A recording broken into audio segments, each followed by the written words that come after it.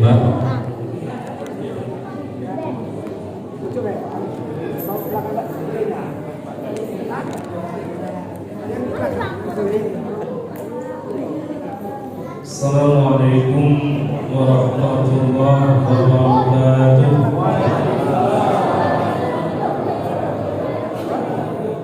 Alhamdulillah, wassalatu wassalamu ala rasulillah Sayyidina wa maulana Muhammad wa ala alihi wa ashabihi wa man tabi'ahum bi ihsan. Yang kami hormati segenap pengurus Masjid Syarif Hidayatullah, yang sama-sama kita hormati, hadir bersama kita Bapak Asisten bagian Islam,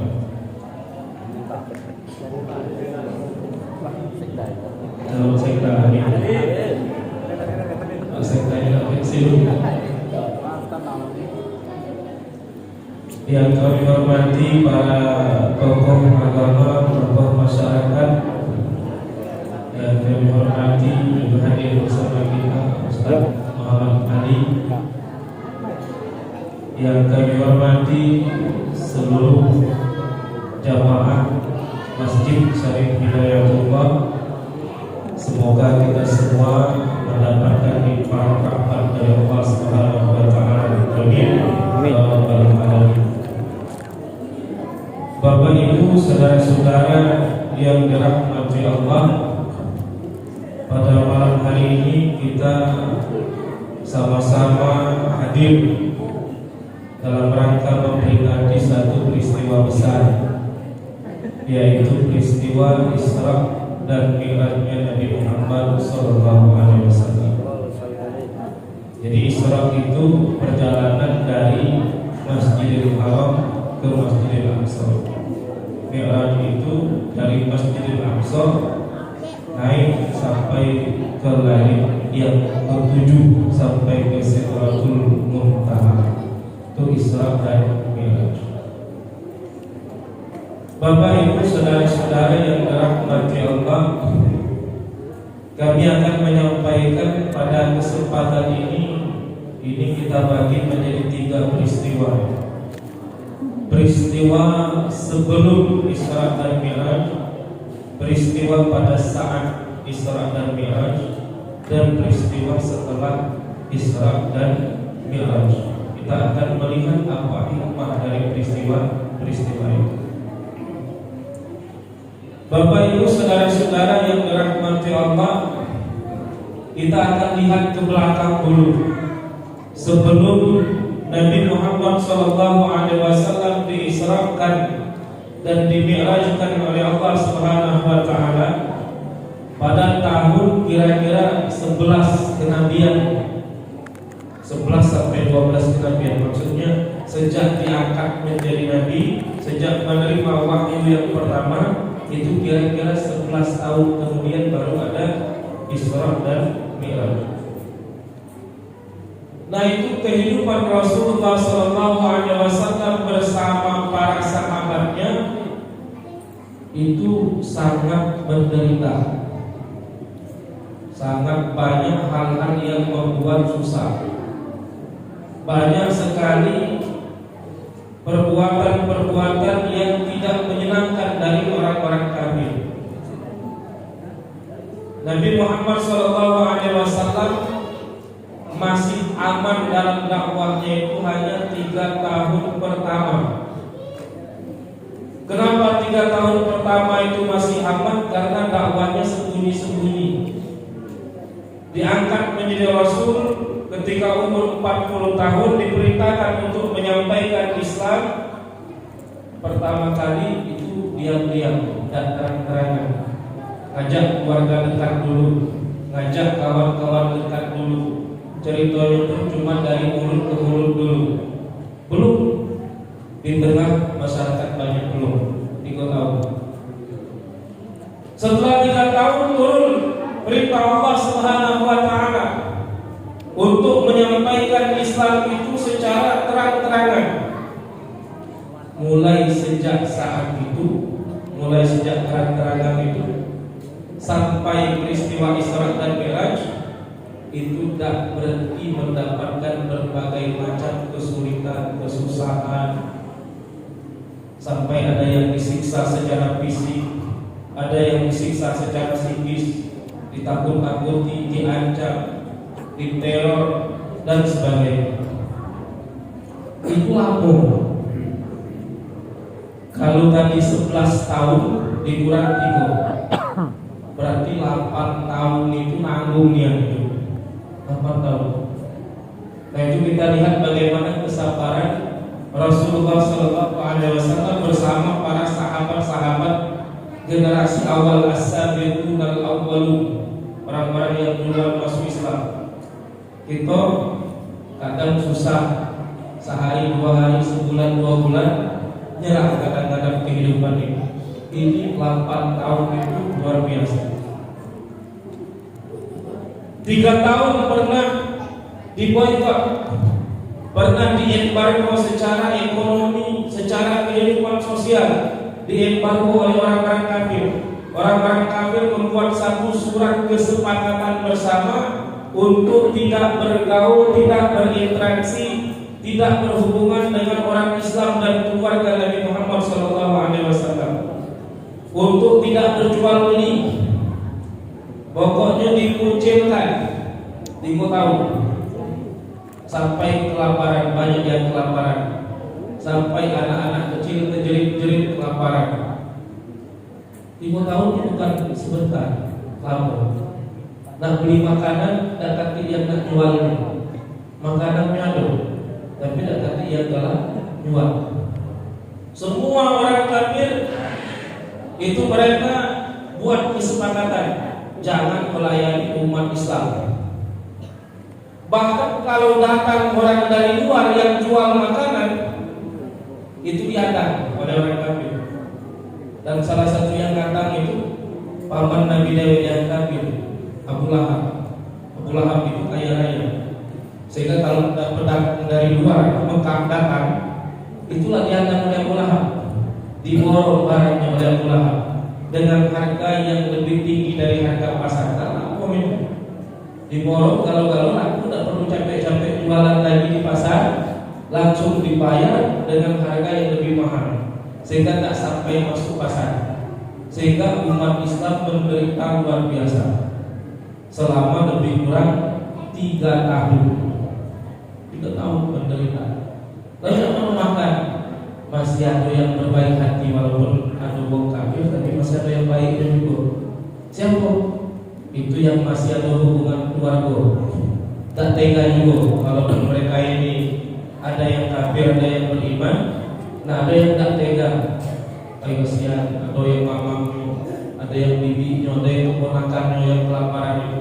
Dan diam-diam ada yang kirim makanan malam-malam, ikat makanan itu di punggung onta itu dilepas menuju tempat pengasingan umat Islam pada saat itu. Kalau tidak itu banyak yang mati kelaparan pada saat itu. 3 tahun sampai akhirnya ada di antara keluarganya Nabi Muhammad SAW, di antaranya dari pihak ibu yang masih kafir, ada orang 6 itu. Akhirnya mereka sepakat, kita ini masih ada hubungan darah dengan orang Islam itu. Apakah kita sanggup kita makan enak-enak sementara dulu kita di situ kelaparan? Akhirnya mereka ini sepakat, kita akhiri embargo ini. Langsung mereka berangkat ke Ka'bah, disobeklah surat keputusan, surat kesepakatan yang digantungkan di Ka'bah. Baru berakhir penderitaan 3 tahun. Setelah 3 tahun itu dakwah kemudian masih jalan, tapi ternyata Rasulullah SAW mendapatkan satu peristiwa yang juga membuat beliau merasa sedih. Yang selama ini yang selalu membela beliau, membela dengan kuat, itu satu pamannya yang bernama Abu Thalib, yang kedua istrinya Khadijah binti Khuwailid radhiyallahu taala anha. 2 orang ini meninggal dalam waktu yang tidak lama. Sudah tinggal lagi dulu, tinggal rasa kehilangan yang luar biasa, sehingga tahun itu beliau sebut dengan Amul Huzn, tahun duka cita. Dua orang yang selama ini berada di depan meninggal dunia. Lalu dalam kondisi seperti itu beliau berangkat ke Taif dengan harapan mendapat dukungan dari penduduk Taif. Nah, masih ada orang yang mempunyai hubungan keluarga dengan beliau juga dari pihak ibunya di Taif. Pergi ke Taif. Sampai di Taif ternyata ditolak, diusir, dilempar dengan batu, diusir. Sampai datang malaikat penjaga gunung kepada beliau, wahai Muhammad, bima syi'ta, wahai Muhammad, terserah kamu. Kalau kamu mau akan aku angkat gunung ini, aku timpakan kepada penduduk Taif. Tapi kata beliau, jangan.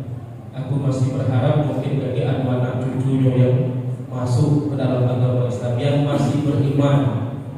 Biarlah mereka sekarang tidak beriman, mungkin bagi anaknya, mungkin bagi ada cucunya yang mau menyembah Allah Subhanahu wa Ta'ala. Nah, dengan dalam kondisi yang seperti inilah, sudah di embargo 3 tahun, paman yang selalu membelanya meninggal dunia, istrinya meninggal dunia, kemudian beliau di Taif juga diusir. Nah, tak lama setelah peristiwa itu, beliau dipanggil oleh Allah Subhanahu wa Ta'ala, terjadi peristiwa Isra dan Mi'raj. Ini kondisi sebelum Isra dan Mi'raj. Makanya dalam Al-Quran, dalam ayat yang dibacakan tadi, salah satu tujuan utama Isra dan Mi'raj itu adalah linuriyahu min ayatina. Allah ingin memperlihatkan kepada Nabi Muhammad SAW sebagian dari tanda-tanda kekuasaan dan kebesaran Allah Subhanahu wa Ta'ala. Maksudnya lalamun yang menderita, lalamun yang susah, lalamun yang banyak yang hal-hal yang tidak mengenakan, lalamun yang ini bersabar ini. Maka Allah Subhanahu wa Ta'ala ingin menghibur beliau, ingin menguatkan hati beliau. Walaupun sudah kuat, tapi akan dikuatkan lagi. Dengan cara apa? Diperlihatkan tanda-tanda kekuasaan dan kebesaran Allah Subhanahu wa Ta'ala. Seakan-akan Allah ingin mengatakan, wahai Muhammad, yang dilakukan oleh orang kafir itu sehebat-hebatnya kecil kalau dibandingkan dengan kekuasaan Allah Subhanahu wa Ta'ala. Kalaupun belum selesai, belum berhasil dakwahnya itu, bukan karena tidak dapat berhasil, bukan, karena belum waktunya. Kalau Allah mau bikin semua orang beriman, ya beriman semua, tidak ada yang dapat menolak. Walau syaa rabbuka la'amana man fil ardi kulluhum jami'an. Kalau Allah mau, semua penduduk bumi ini pasti beriman semuanya. Kalau Allah mau, tapi kenapa lama sekali prosesnya? Islamisasi di negeri Arab, Jazirah Arab itu membutuhkan waktu lebih kurang 23 tahun baru berhasil. Bayangkan Nabi butuh waktu 23 tahun. Kita kadang setahun tidak berhasil, nyerah. 2 tahun tidak berhasil, sudahlah. Kadang-kadang aku tahu sekali 2 kali ngajak uang itu, tidak kalah, dia melanjutkan lagi, nyerah. Nabi 23 tahun baru dapat hampir mayoritas Jazirah Arab itu penduduknya masuk ke dalam agama Islam.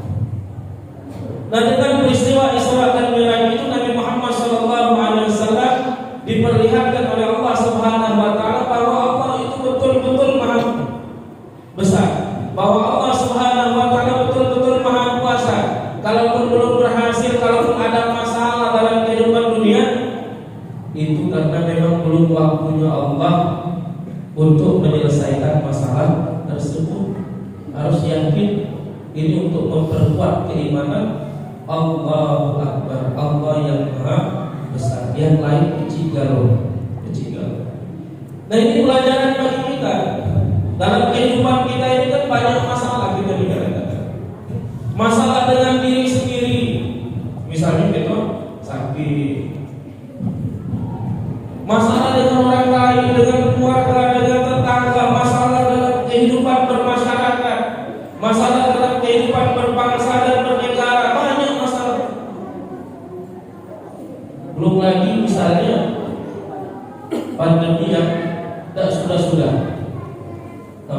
COVID-19 2019, inilah 2020, 3 tahun. Nah susah gitu kan masalah. Tapi kita harus ingat, itu semua adalah kecil, yang besar hanyalah Allah Subhanahu wa Ta'ala. Kalau Allah mau menyelesaikannya dalam waktu 1 malam, selesai. Kalau belum selesai, berarti Allah belum menghendaki itu selesai. Sabar kita, terima, jalani kehidupan kita. Jangan sampai kita berputus asa dari rahmat Allah Subhanahu wa Ta'ala. Jangan sampai kita ini, untuk supaya kita jangan putus asa, menumbuhkan optimis. Semua permasalahan dunia itu semuanya kecil, karena yang besar hanyalah Allah Subhanahu wa Ta'ala.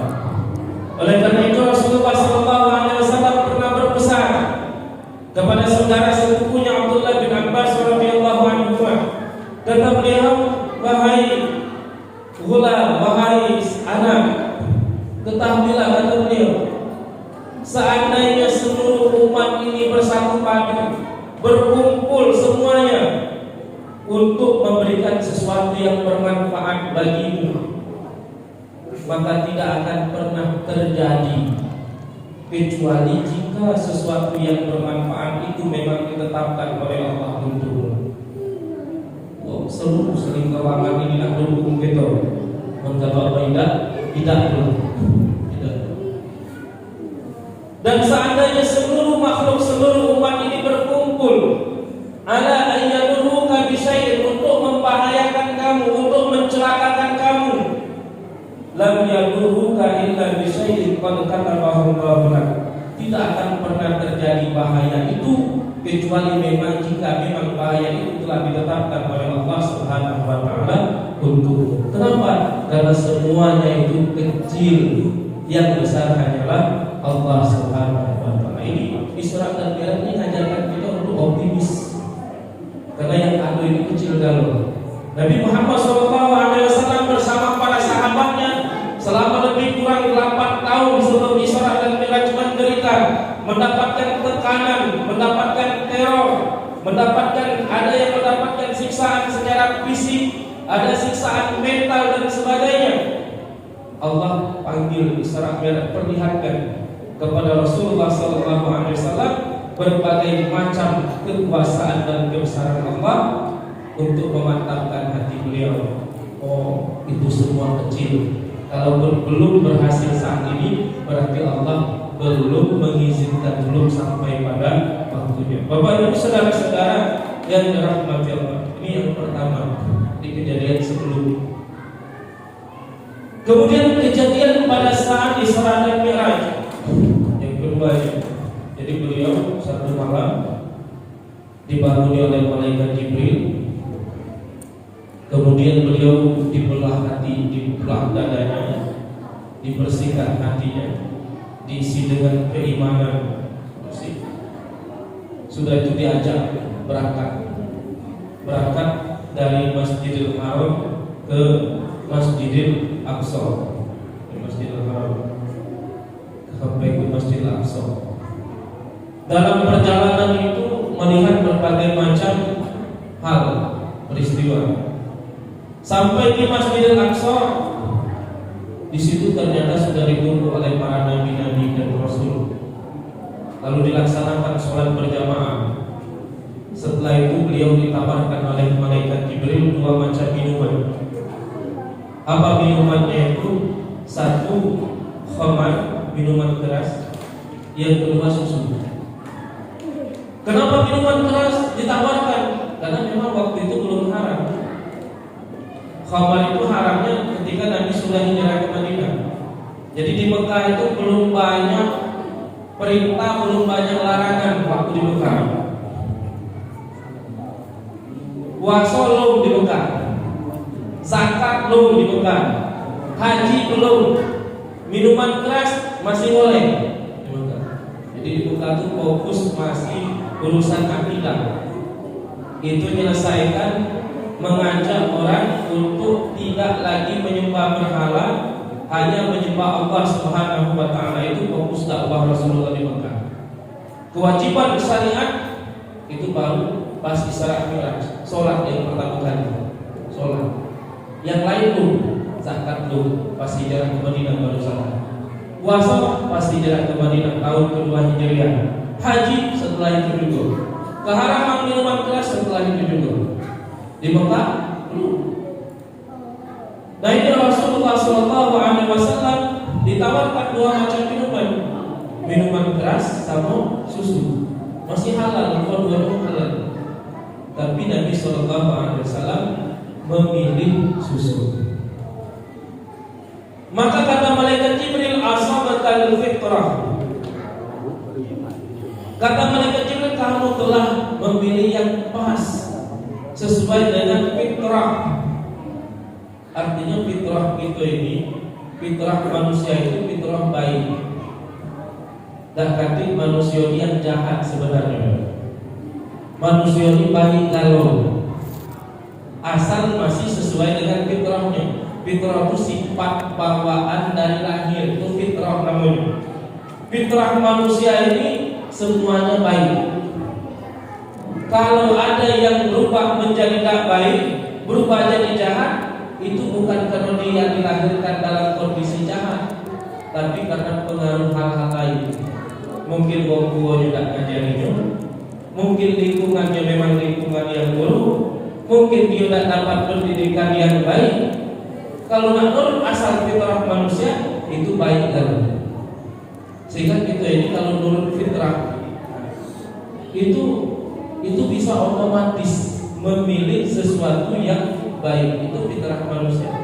Nabi Muhammad SAW karena beliau berada dalam kondisi fitrah, hatinya yang masih bersih karena sudah dibersihkan tadi, itu tidak perlu diajari. Minum minuman keras ini bahaya, tidak perlu diajari. Ini susu ini bermanfaat, minuman keras ini mudarat, bahaya. Ini tidak diajari, langsung otomatis memilih susu. Kenapa? Karena masih berada dalam kondisi fitrah. Nah begitu juga kita ini kalau hatinya masih bersih, masih lurus, tidak kati kotoran dalam hati ini, itu pacak tahu mana baik mana buruk.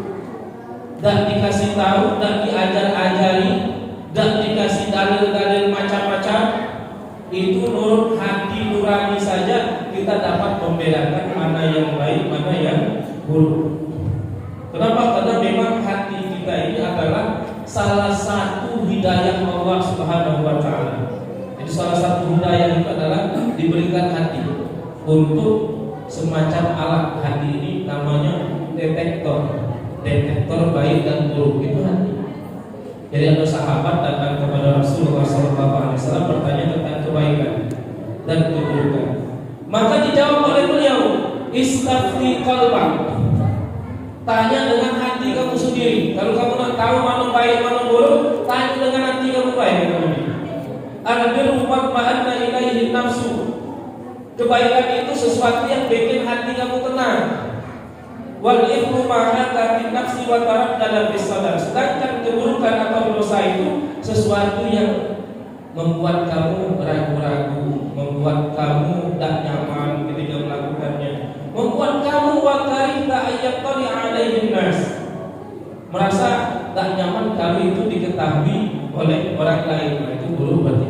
Kalau malu aja kita tengok tapi itu kalau hatinya masih bagus. Kalau hatinya rusak, tak tahu lagi mana benar, mana salah, mana baik, mana buruk. Kalau hati rusak, tak tahu lagi. Kadang yang benar dianggap salah, yang salah dianggap benar, yang baik dianggap buruk, yang buruk dianggap baik. Kenapa? Karena hatinya sudah macet, rusak. Karena hati itu ibarat cermin. Cermin itu kalau masih bagus, tak kati kotor, tak kati retak, tak kati pecah, maka bayangan yang tampak itu persis seperti aslinya. Itu kalau cerminnya bagus. Kita kacau depan cermin, tegak. Apa yang kita tengok dalam cermin itu mirip dengan aslinya kalau cerminnya bagus. Kalau cerminnya retak, cerminnya pecah, cerminnya kotor, karatnya loh, yang kita tengok tak sama dengan asli. Muka mulus nampak retak, lah muka pecah, padahal bukan mukanya pecah, rupanya cerminnya yang retak. Akhirnya tak pas lagi. Begitu juga hati kita, kalau hati kita ini rusak, hati kita kotor, maka kita ini sudah tak objektif lagi. Yang baik kita anggap buruk, yang buruk kadang kita anggap baik. Oleh karena itu, peristiwa Isra dan Mi'raj ini mengajarkan kepada kita untuk menjaga kebersihan hati. Dijaga. Coba hati yang bersih. Hati yang bersih itu hati yang tak hati kotorannya. Apa kotoran hati itu? Kotoran hati itu ya penyakit-penyakit hati dan dosa-dosa. Jadi kotoran hati itu ada yang zahir, ada yang batin. Disebabkan maksiat zahir, ada maksiat batin. Maksiat zahir itu perbuatan dosa. Perbuatan dosa yang dilakukan oleh zahir, tangan, kaki, dilakukan oleh mata, telinga, itu maksiat zahir. Maksiat batin yang dilakukan oleh hati. Semua maksiat yang kita lakukan disebutkan oleh Rasulullah SAW itu akan memberikan satu titik hitam dalam hati kita. Tiap kali kita berdosa ada titik hitam, psikot titik. Itu bayangkan baik. Kalau sehari sekali kita berdosa, macam banyak kita berdosa sehari. Sekali baik. Setahun berapa? 365. Bayangkan 365 titik hitam setahun. 10 tahun. Berapa titik hitam kalau titik itu tidak bersih lagi. 10 tahun lagi bisa kita umur 60 gitu. Umur 60. Kita balik baru dicatat baik buruk kita itu kan misalnya ketika balik umur 15. Berarti berapa lama? 15 ke 60 45 tahun. Lalu tiap hari sekali membuat dosa, berapa titik hitam selama 45 tahun? Kok tak lebih karakter dalam hati kita? Maka banyak hati kita ini tidak objektif lagi, tidak benar lagi. Yang baik kita anggap buruk, yang buruk kita anggap baik. Gara-gara apa? Gara-gara hatinya kotor. Lalu bagaimana cara membersihkannya itu? Satu, kalau perbuatan dosa itu harus bertobat. Jangan cepat mohon ampun kepada Allah. Dihapus. Termasuk cara menghapusnya yang menjaga sholat 5 waktu. Menjaga sholat 5 waktu itu salah satu untuk membersihkan dosa. Kalau membersihkan dosa sama dengan membersihkan hati. Maka kata Nabi, beliau mengibaratkan orang yang menjaga sholat 5 waktu itu seperti orang yang di depan rumahnya ada sungai, lalu dia mandi di sungai itu 5 kali dalam sehari semalam. Kata Nabi, cak mano kalau kamu punya rumah depan rumahnya ada sungai, lalu mandi 5 kali sehari semalam, kira-kira masih ada kotoran tak? Kata sahabat, tidak bersih melalui 5 kali sehari semalam. Nah macam itulah hukum yang menjaga sholat 5 waktu bersih. Tapi begitu banyak tak sholat berarti tambah kotor hati kita. Maka ini salah satu membersihkannya, salah satunya kita taubat, jaga sholat 5 waktu. Jangan sampai hati kita kotor. Kalau kotor apa? Kalau kotor kaget banyak salah nilai. Tidak tahu lagi mana baik mana buruk, tidak tahu lagi mana benar mana salah, gara-gara hatinya rusak. Oleh karena itu peristiwa Isra dan Mi'raj ini mengajarkan kepada kita untuk menjaga kebersihan hati supaya kita tetap berada dalam fitrah, supaya kita tahu mandang sesuatu itu jelas, oh ini baik, ini buruk, jangan ini buruk. Itu kalau hatinya bersih. Nah Nabi dibersihkan dulu oleh malaikat Jibril, ditawarkan minuman keras, ditawarkan susu. Tak pakai dalil-dalil, tak pakai yang lain-lain, otomatis langsung tergerak memilih susu karena hatinya bersih. Orang yang memiliki hati yang bersih, otomatis dia akan memilih yang baik-baik. Orang yang punya hati yang kotor, tak bersih, rusak, apalagi matinya, tak baca diperbaiki lagi. Nah itu akan terbimbing memilih yang buruk-buruk. Kapan kita merasa apalah susahnya berbuat baik. Kalau Tuhan dosa ada sogapan dan hati-hati. Hati-hatinya adalah kotornya. Harus cepat kita bertobat kepada Allah Subhanahu wa taala. Bapak Ibu saudara-saudara yang dirahmati Allah, kemudian baru setelah itu beliau diajak oleh malaikat Jibril. Diajak oleh malaikat Jibril naik ke langit pertama, kedua, ketiga, keempat, kelima, keenam, ketujuh sampai bertemu dengan Allah Subhanahu wa taala, mendapatkan perintah, mendapatkan kewajiban sholat 5 waktu dalam sehari semalam. Yang awalnya itu 50 awalnya. Cuma karena beliau ini waktu turun ketemu dengan Nabi Musa alaihissalam, Nabi Musa tanya, wahai Muhammad, apa yang kamu bawa? Walaupun diwajibkan sholat 50 dalam sehari semalam. Kata Nabi Musa, jangan Muhammad, tak kuat. Umat aku besar-besar, kuat-kuat, dan aku bisiknya dari umat kamu itu tak akan sanggup mencari. Apalagi umat kamu, pergi kamu balik lagi, minta keringanan. Itu bolak-balik itu 9 kali. Dan setiap kali datang mohon keringanan dikurangi 5. Jadi sampai 9 kali dikurangi 45.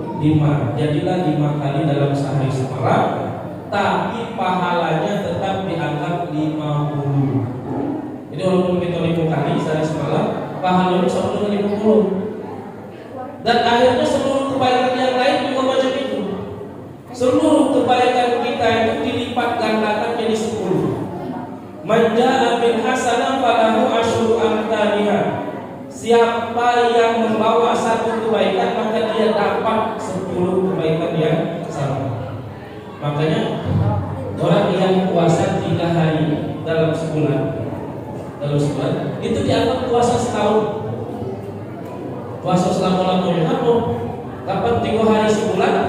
3 kali 10 30. Bulan depan 3 hari pula 30. Sampai 12 bulan 12 kali 3 36 kali 10 360 setahun. Nah, berarti yang puasa 3 hari tiap bulan itu dianggap puasa setahun. Tahun depan macam itu setahun lagi. Seumur hidup macam itu puasa selama-lamanya. Itu dikali 10. Atau orang yang puasa Ramadan dalam hadis kemudian dilanjutkan dengan 6 hari di bulan Syawal dianggap puasa setahun. Kenapa? Ramadan 30, Syawal 6, 36 kali 10 360. Itu salah satu rahmat Allah Subhanahu wa taala. Kalau tidak macam itu, kita tidak kata yang masuk surga, masuk neraka kalau. Iya, kalau nak pakai hitung-hitungan manusia, adil dalam hitungan manusia, tidak ada manusia yang bisa masuk surga. Makanya Imam Al-Baqir itu pernah berkata, yang paling aku takutkan dari Tuhan katanya adalah keadilannya. Lalu murid-muridnya bingung, lah, aku takut dengan keadilan. Bukankah Allah Maha Adil? Bukankah kita berharap kalau kita baik dibalas dengan kebaikan? Apa kata Imam Al-Baqir? Imam Al-Baqir itu cucunya Nabi.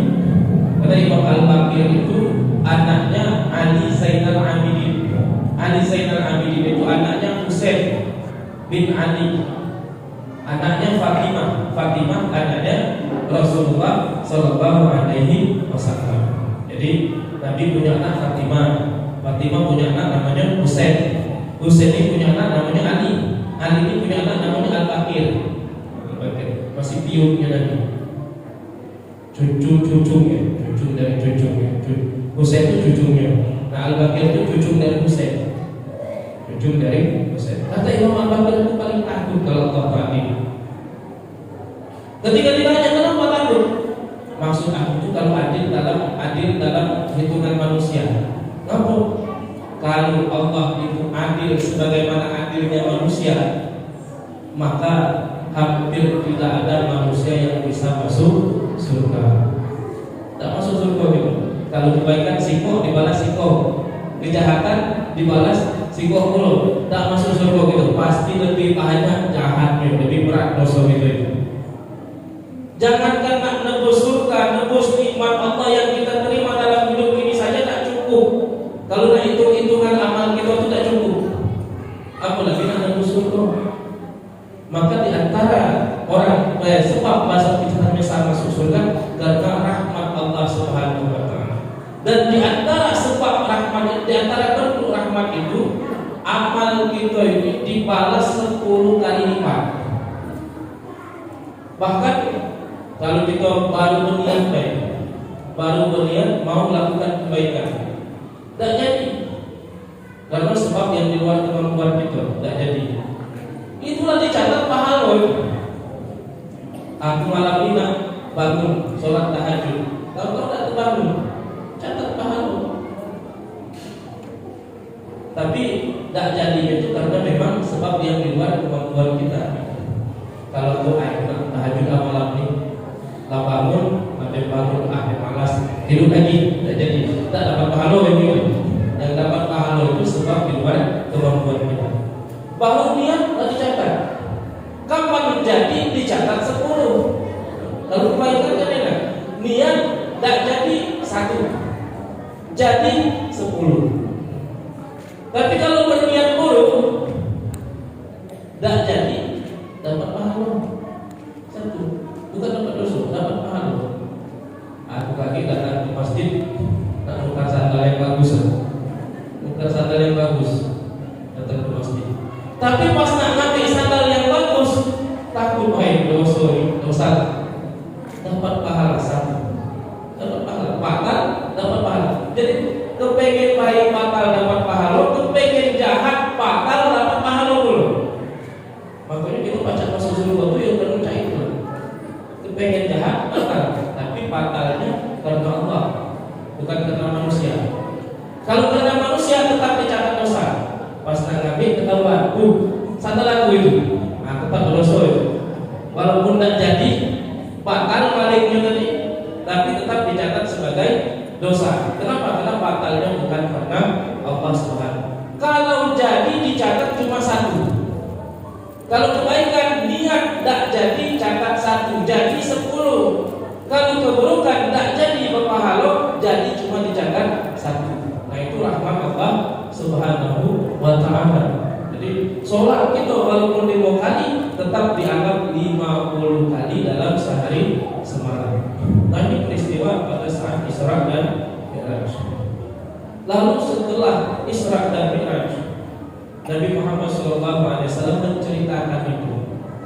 Kumpul banyak orang cerita, malam tadi aku diisrakan oleh Allah Subhanahu wa ta'ala.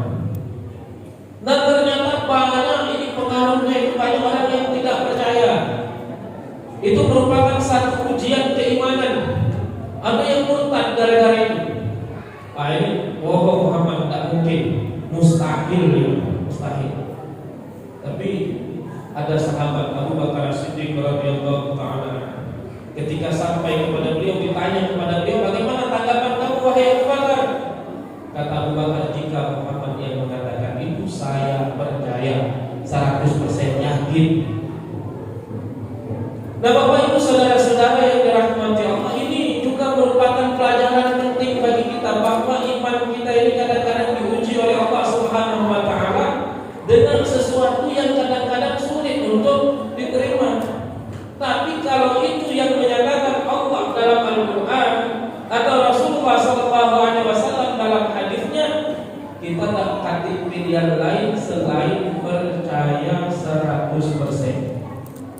Yakin, walaupun itu tidak baca paham. Misal dalam Al-Quran cerita Isra Mi'raj. Tapi kalau sekarang tidak aneh lagi kalau peristiwa Isra-nya dari Masjidil Haram ke Masjidil Aqsa semalam. Itu tidak aneh lagi kalau ukuran sekarang. Kenapa? Dia orang naik pesawat baca bola balik. Jangan kan sekarang Mekah Palestina itu 2 kali bolak-balik pecah. Cuma zaman dulu belum ada pesawat, makanya tidak masuk akal bagi orang-orang takbir dan sebagian orang-orang yang masih lemah imannya. Tidak percaya, tidak masuk akal. Ini pelajaran bagi kita. Jangan menolak apa yang ada dalam Al-Quran atau dalam hadis, walaupun belum masuk akal. Buktinya banyak yang tidak masuk akal dulu, sekarang masuk akal. Mekah Palestina itu dulu tidak masuk akal, baca di dalam waktu semalam, kurang dari semalam itu tidak masuk akal. Kalau sekarang kan masuk akal. Kalau kita ngomong zaman dulu, kira-kira misalnya 20 tahun yang lalu, bahwa kita bisa berbicara dengan orang yang berada di Jakarta secara langsung nengok, pasti tidak masuk akal. Zaman itu tidak percaya, tidak kado kalau baca nengok, bercakap sama-sama nengok. Tapi kalau ngomong sekarang, jangankan kita yang dewasa, anak kecil percaya. Kenapa? Video call. Kalau zaman dulu tidak percaya, dikatakan 2 kilo. Wah, aku ngomong dengan orang Jakarta, kami saling tengok, tahu kilo atau. Tapi buktinya sekarang tak lagi. Makanya jangan cepat kita nolak. Dan ada yang masih sulit, tapi ada yang menelitinya itu. Ada yang pengen cak mana caranya. Kayak peristiwa Nabi Sulaiman ya. Nabi Sulaiman itu singgasana Ratu Bilqis itu pindah. Ratu Bilqis itu di negeri Sabah. Sabah itu daerah Yaman. Nabi Sulaiman itu di Palestina. Dari Yaman ke Palestina, kursi Ratu Bilqis itu pindah dalam sekejap. Tahu-tahu pindah. Kan tidak masuk akal gitu. Tidak masuk akal. Tapi aku mau pengen teliti, kepengen menciptakan teknologi satu saat pacak ngirim barang secepat itu. Sekarang belum ada. Tapi kalau dalam bentuk digital, tak terbukti pacak. Pacak itu sekejap nyampe video itu kirim dari HP. Pacak kirim tulisan sekejap. Kita ngetik di sini, keluar di HP itu. Walaupun HP-nya di Amerika atau di Arab Saudi, kita ketik sebenarnya, kita ketik lah masuk tulisannya di situ. Kalau dulu nggak masuk akal, kirim surat lama dulu, berminggu baru sampai. Sekarang kemarin kapan nak ngirim surat, ngirim sebentar nyampe. Artinya banyak hal-hal yang belum sampai otaknya di zaman itu, tapi ternyata menjadi tidak mustahil lagi di masa-masa yang akan datang. Sekalian ini ujian keimanan dan juga untuk membuktikan kebenaran Nabi Muhammad SAW. Peristiwa Isra dan Mi'raj dari Masjidil Haram ke Masjidil Aqsa. Kenapa kita katakan untuk pembenaran sebagai bukti kebenaran? Orang Mekah itu tahu kalau bahwa Nabi Muhammad SAW belum pernah pergi ke Masjidil Aqsa, belum pernah ke Palestina Nabi. Maka di antara mereka ada yang ingin menguji, wahai Muhammad, kalau kamu memang malam tadi ke Masjidil Aqsa, coba ceritakan cak mana bentuknya, cak mana kondisinya Masjidil Aqsa. Diceritakan oleh beliau detail, sehingga kalau orang yang memang hatinya terbuka pasti beriman.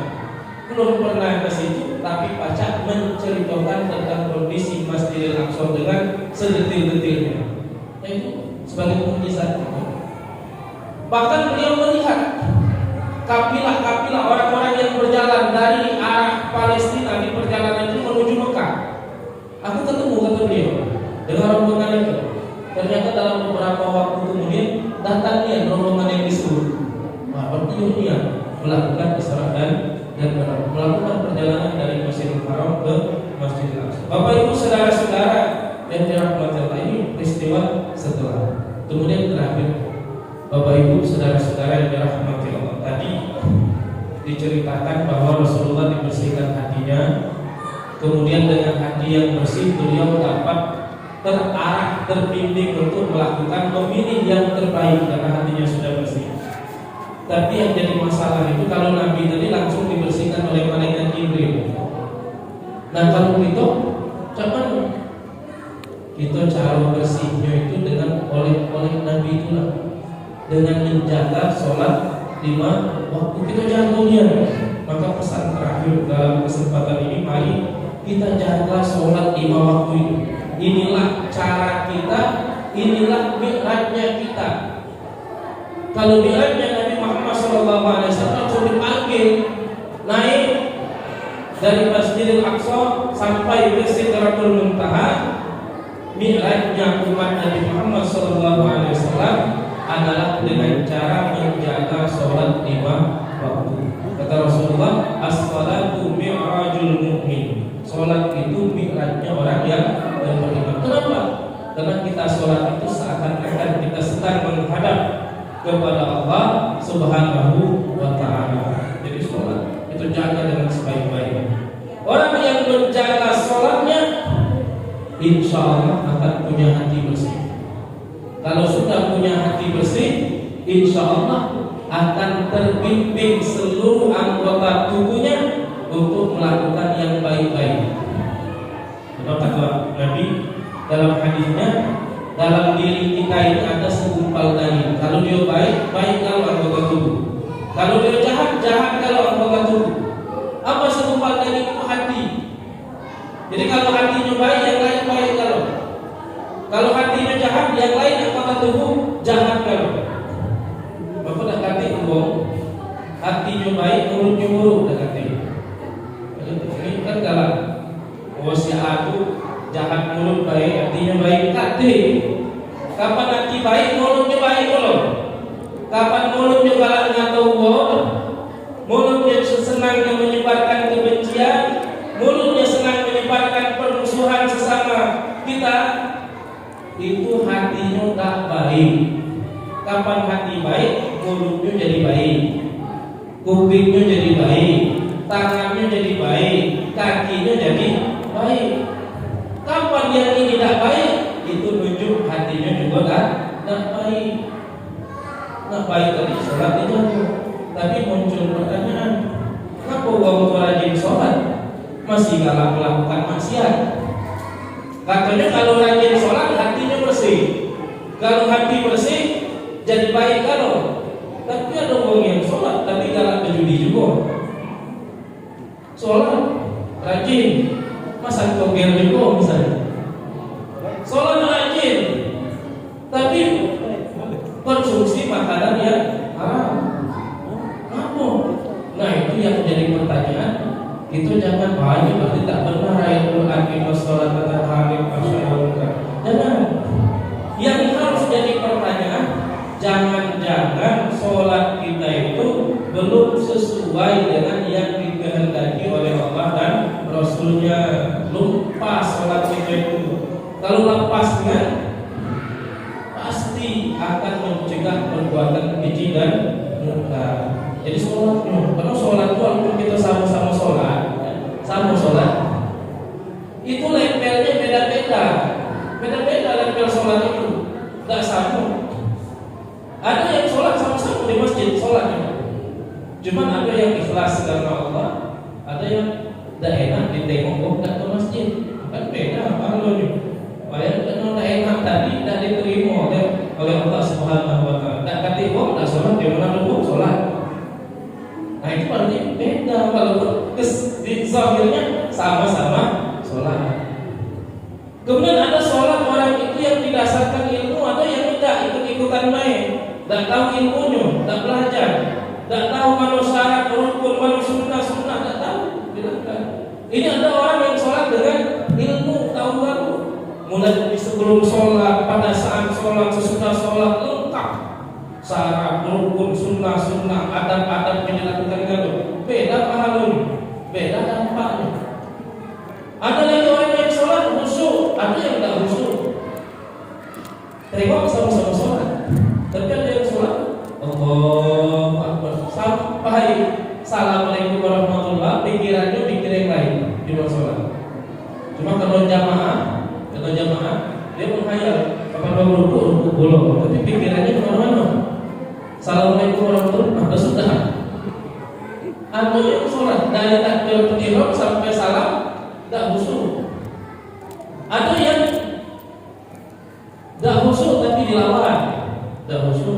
dilawannya khusyuk lagi. Kapan dia teringat yang lain dilawan lagi. Itu syarat minimal sholat kita itu khusyuknya walaupun tak full, minimal kita berusaha untuk khusyuk, jangan dituruti. Dapat kita teringat yang di luar sholat kita lawan. Nah itu minimal, jangan sampai kita turuti. Makanya sholat kita bisa jadi nanti tidak dapat mencegah perbuatan keji dan munkar tadi. Ada yang baca khusyuknya full dari awal takbiratul ihram sampai salam. Nah itu berat.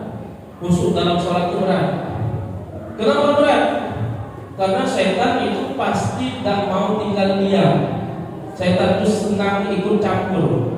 Salah satu trik setan itu dalam menjerumuskan manusia itu adalah mengganggu kekhusyukan manusia, apalagi dalam sholat.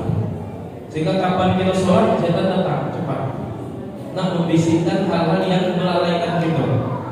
Jadi ada cerita orang lupa tempat naruh duitnya, dia nyimpan duit banyak, disimpannya, cuma lupa di mana tempat nyimpannya. Datang menghadap seorang ulama, wahai imam, aku nak bertanya, kalau kamu baca dulu, aku dinyimpan duit banyak, tapi lupa di mana tempat naruhnya. Maka tuh imam ini bukan bidang aku.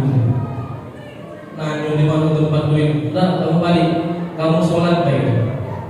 Sholat deh, sudah sholat, besoknya datang lagi. Wahai imam, ketemu duit kemarin. Cak mana ceritanya, kata ulama, baca dulu. Waktu aku sholat, Allahu Akbar, tiba-tiba teringat ada duit menyimpan di situ. Apa kata imam ini? Makanya aku suruh sholat itu cak itu. Kenapa? Karena setan tidak akan membiarkan kamu khusyuk di dalam sholat. Setan akan usaha cari setan. Kira-kira aku lah yang bikin dia tidak khusyuk. Ini lagi lupa nyimpan duit. Nah yang itu yang diingatkan oleh setan. Duit kamu di situ simpan. Mana kau khusyuk lagi? Sholat tadi tak khusyuk lagi. Kepengen cepat-cepat aja. Duit di situ. Cepat-cepat dia. Tak khusyuk lagi. Setan. Waktu itu kena tipu pula setan. Banyak tipu pula. Sholat. Nah itu khusyuk susah. Makanya sholat itu dampaknya beda-beda antara orang. Ada orang dampaknya positif, ada yang tak punya dampak tadi, karena ada yang salah dengan sholat. Tingkatan yang paling tinggi sholat itu, tingkatan paling tinggi yang kita mungkin tidak akan sulit lah untuk mencapai itu. Tingkatan paling tinggi itu orang yang mampu di dalam sholat, tidak sadar apa-apa lagi, cuma tahunya sholat pula. Nah, itu yang paling tinggi. Sama contohnya, ada sahabat Nabi dulu lagi sholat kena panah. Tak terasa dia kena panah. Sudah assalamualaikum warahmatullahi wabarakatuh. Ada panah ngancam. Tak sadar bahwa ada panah ngancam. Kalau kita jauh dari itu, kita baru gigit kamu dikit, malah sibuk dengan kaki. Baru kapal dikit, malah baru. Ini sahabat itu ada yang kena panah dan terasa. Artinya sholat itu bertingkat-tingkat. Maka kita pesan terakhirnya, di samping kita jaga sholat kita kuantitasnya, jaga juga kualitasnya. Jadi bukan sekedar kuantitas, bukan sekedar 5 waktu itu full, subuh, zuhur, asar, maghrib, isya, tidak. Kualitasnya dijaga, niatnya dijaga, ilmunya terus dipelajari. Kalau ada yang tidak tahu ditanya, usahakan untuk terus menambah tingkat kekhusyukan. Maka insya Allah itu akan membersihkan hati, dan kalau hati sudah bersih akan terbimbing untuk memilih yang baik-baik dan meninggalkan yang buruk, dan insya Allah itulah yang akan mengantarkan kita masuk surga Allah Subhanahu wa Ta'ala. Semoga Allah Subhanahu wa Ta'ala mengumpulkan kita semuanya dalam surga. Amin ya rabbal alamin. Demikian, mudah-mudahan bermanfaat. Dan akhirnya assalamualaikum warahmatullahi wabarakatuh.